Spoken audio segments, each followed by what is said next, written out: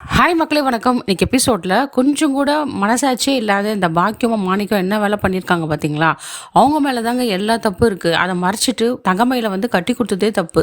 அது இல்லாமல் வீட்டில் எல்லாருக்கும் தெரிஞ்சிடுச்சா அது ஒத்துக்கிட்டு மன்னிப்பு கேட்டு சரி கோவம் சரி சரி சம்மந்தி ஏதோ தப்பு நடந்து போச்சு, நாங்கள் கல்யாணத்துக்காக தான் இது மாதிரிலாம் பண்ணிட்டோம், எங்களை மன்னிச்சிடுங்க, இனிமேல் நாங்கள் எந்த தவறும் செய்ய மாட்டோம், பொய்யும் பேச மாட்டோம், நீங்கள் சொல்கிறது எல்லாம் நியாயம் தான் சம்மந்தி, கொஞ்சம் பொறுத்து யோசனை பண்ணி எங்கள் பொண்ணுக்கு ஒரு வாழ்க்கைக்கு ஒரு வழிகாட்டுங்க அப்படின்னு சொல்லியிருந்தா கூட நியாயமான விஷயங்க.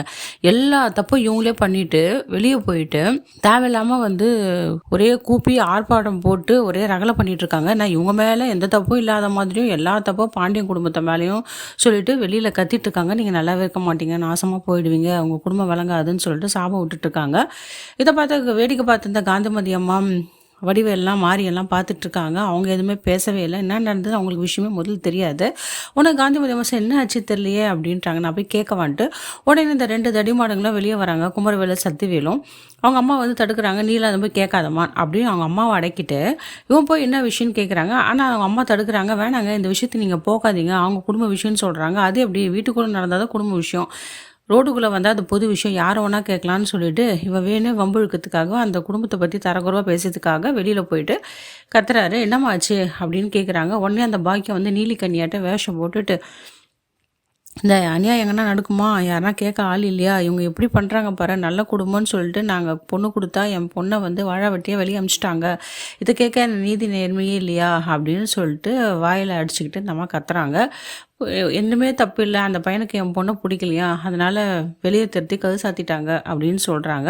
உடனே அவன் நல்லவனாக இருந்தால் தானே என்ன ஆச்சு ஏதாச்சுன்னு கேட்டிருப்பான். அவன் எதுவுமே கேட்காம ஆமாம் அந்த தரங்கட்ட துப்புக்கட்ட குடும்பத்தில் போயிட்டு நீ பொண்ணு எடுத்த பாரு, பொண்ணு கொடுத்த பாரு, உன்னை தான் அடிக்கணும், நீ எதுக்கு தேவையில்லாமல் அதுங்கிட்ட பேசிகிட்டு இருக்க, அந்த குடும்பமே அப்படி தான் நாதாரி குடும்பம் அப்படின்னு சொல்லிட்டு அசிங்கமாக பேசிகிட்டு இருக்கான். இதை கேட்ட பாண்டியன் கோமதி கோவம் வந்து நான் போய் வெளியே போய் என்ன பண்ணுறேன்னு கேட்குறாங்க. உடனே நம்ம பாண்டியனை வந்து தடுத்துறாங்க. வேணாம், யாரும் வெளியே போகக்கூடாது, அவங்க என்ன பேசணுமோ பேசட்டும் அப்படின்னு சொல்லிடுறாரு.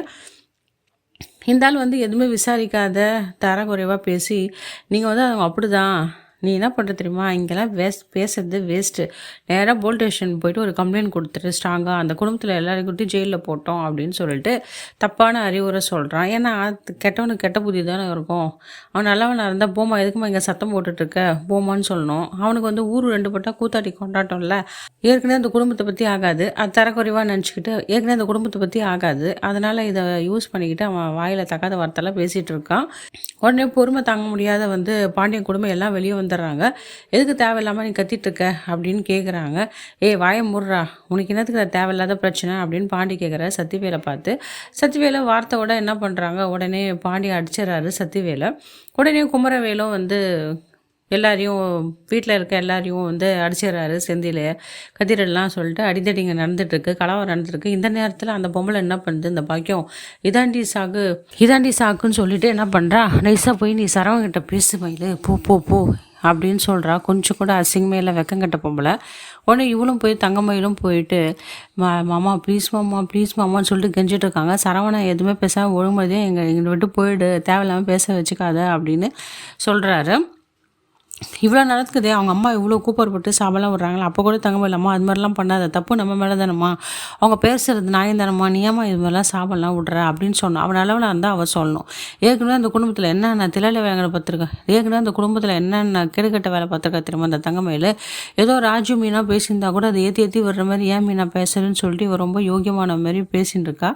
அப்போவே தெரியும் சுகன்யா கூட சேர்ந்துட்டு எவ்வளோ பேசியிருப்பா சரவணங்கிட்ட, சாட மாட்டியா குடும்பத்தில் எல்லாருக்கிட்டையும். இவ வந்து சுத்த ஃபேக் தாங்க இந்த தங்கமயில். சும்மா அப்பா இது மாதிரி மூஞ்சி வச்சுக்கிட்டு இவ்வளோ விஷயம் நடந்துக்குது. அவன் நல்ல பொண்ணாக இருந்தால் பையன் எடுத்துக்கின்னு போயிருக்கோம். சரி கோவம் தணிஞ்சு அவங்களே நம்மளை கூப்பிடுவாங்க, கொஞ்ச நாள் கழிச்சு வரலான்னு சொல்லிக்கலாம். அது இல்லாத வீம்புக்கு இவ எல்லாம் தப்பு பண்ணுவாளாம், அங்கேயும் இங்கேயே கொடுத்துன்னு பண்ணுவாளாம். இது எந்த விதத்தில் நியாயம்? இன்னும் நகைலாம் வேற போலின்னு தெரிஞ்சு அவ்வளோதான், என்ன ஆக போகுதுன்னு தெரியல. பணம் வர இருந்தாலும் களவாடி இருக்கான் படுபாப்பி இந்த மாணிக்கம். பாவங்க அந்த பாண்டியன் குடும்பம் சரவணோட வாழ்க்கை நிலை என்ன ஆக போகுதுன்னு தெரியல. அந்த பையனை பார்த்தாவே பாவமாக இருக்குது. இந்த வீடியோ உங்களுக்கு பிடிச்சிருந்தா மக்களே லைக் அண்ட் ஷேர் கமெண்ட் பண்ணுங்கள். அடுத்த வர வீடியோ உங்களை சந்திக்கிறேன். நன்றி, வணக்கம்.